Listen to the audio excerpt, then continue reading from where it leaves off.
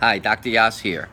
I want to talk to you about one of the things that might be leading to you having back pain, gluteal region pain, hip region pain, lateral thigh region pain, knee pain or ankle pain, or even pain under the foot.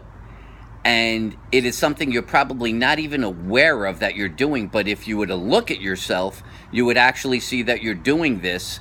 And what I'm referring to is the idea of when you walk, of having your feet being very, very close together. So as you're walking and you're putting one foot in front of the other, you might actually see or have somebody look at you when you walk that your heels are almost touching. In some people, it's almost like they're running around each other. But the fact that they're in such close proximity is actually a sign of weak hip abductors, the gluteus medius muscles. And the reason this is so critical is because what most people don't recognize, which I'm promoting to you, is that the reason you're having pain in most cases is because of the fact that you live in a gravity environment, which means that whatever activities you're trying to perform, you're always trying to perform them against gravity. That means that the forces of muscles must be created to work against that force. If, in fact, the forces are great enough of the muscles that are trying to perform the activities, then you're going to be asymptomatic. If the force requirements of the activities are greater than the force output of the muscles trying to perform the activity, you're going to have symptoms. One of the things that can be a factor in the efficiency of your muscles is whether the skeletal components of the body are in a vertical position to offset the force of gravity pushing down. So when we're standing or walking, the goal or the optimal thing to see is for your ankle to be directly under your hip, which means that your thigh and lower leg bone are vertical to the ground. When that's in that position, those bones have a way of almost buffering the force of gravity, which is pushing down. So if gravity is pushing down on your body, the skeletal components are in a position to offset that force. They're actually, in a sense, pushing up. If your feet are very, very close together, more towards the midline, whether you're standing or walking, that means that the skeletal components are actually angled in. If the force line of gravity is vertical and the force line of the skeletal components of the leg are angled in, they are not in a position to absorb that load. This means that the muscles, especially at the hips, have to absorb that excess load that the skeletal components of the leg should be absorbing. That makes them highly inefficient. This is what leads to them straining. When the glute med strain, they can cause, for instance, the gluteal muscles, the piriformis muscles to strain and elicit pain in the gluteal region. They can cause the iliotibial band, the band of connective tissue that runs along the side of the outer thigh, to strain and elicit pain at the outer thigh. They can cause the ITB, this iliotibial band, to actually strain, pull the kneecap laterally, and lead to knee pain.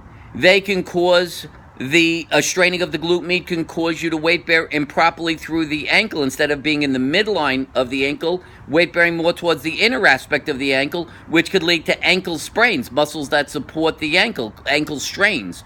It can lead to plantar fasciitis, pain under the foot because you're no longer weight bearing through the midline of the foot, you're weight bearing towards the inside of the foot, which puts stress on the arch. The muscles that support the arch have to overwork strain, which then leads to the arch being compromised. It flattens, thereby stretching out the distance the plantar fascia has to extend, leading to that become irritated and painful.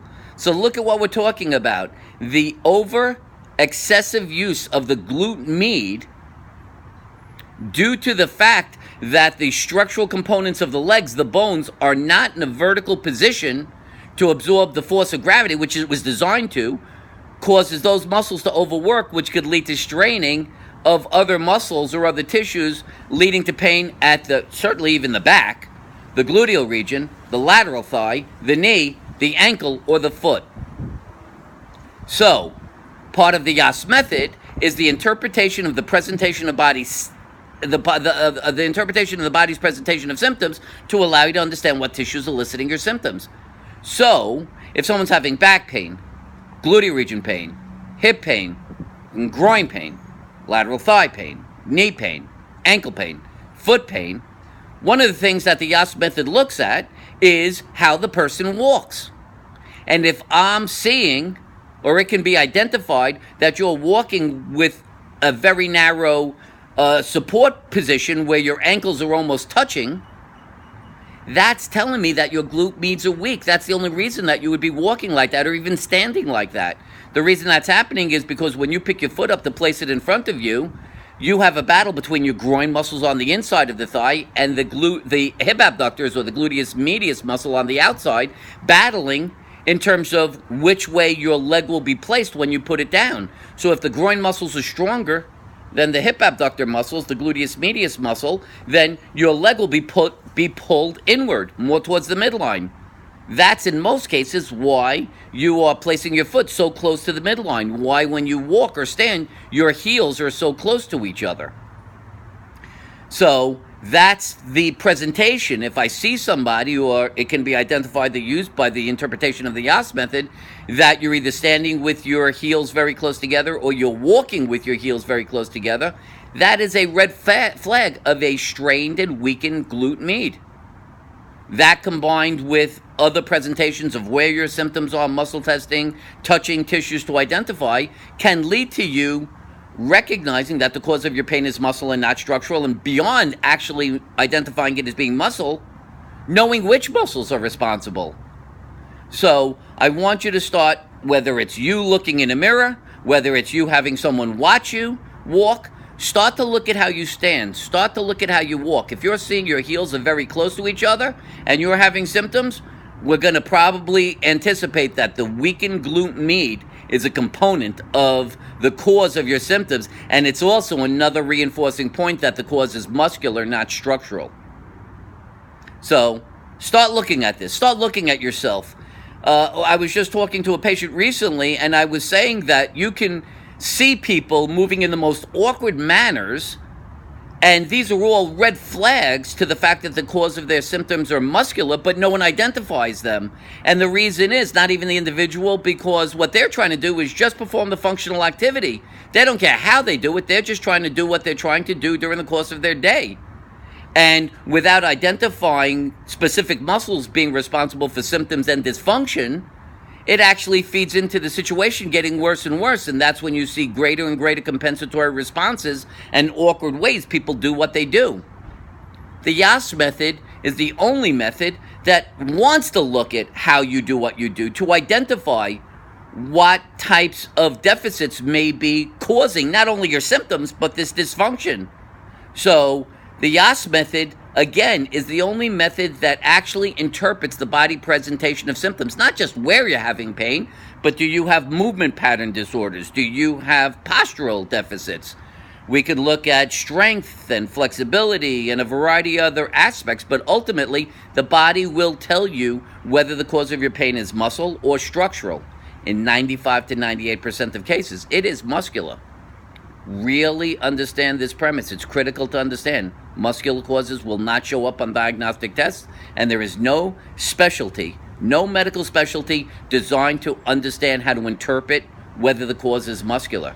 So that's why I tell you that in more than 90% of your cases, as soon as you're entering the medical system and the primary mechanism to diagnose your pain is to be the MRI or the X-ray, more than 90% of you entering the system, forget the treatment, forget anything happening, just by using that diagnostic test as the cause of your, to identify the cause of your symptom, you will be misdiagnosed.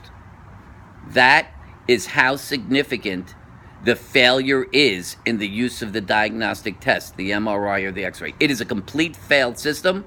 The evidence is overwhelming from a scientific perspective. You can look at it from a theoretical or clinical perspective. You can just look at it from empirical data.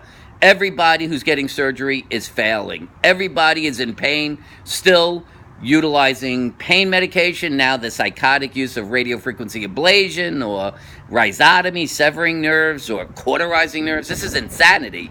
It is an overwhelming presentation of a failed system. Unfortunately, I wish that and hope to someday have the medical system embrace the Yass method as the standard of care. But for now, you're going to have to find it. You're going to have to reach out.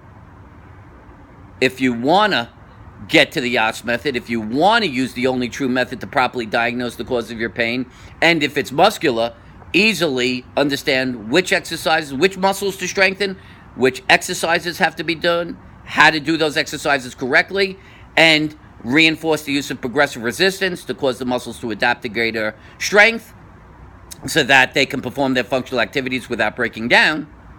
You have to get the Yass method. You have to reach it. If you want to get more information about the Yass method, you can go to my website at www.mitchellyass.com.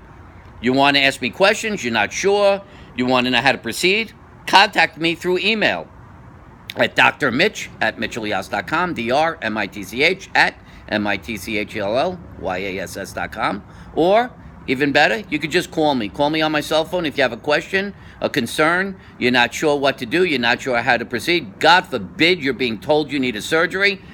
You need to get a Yass method evaluation before you even consider it.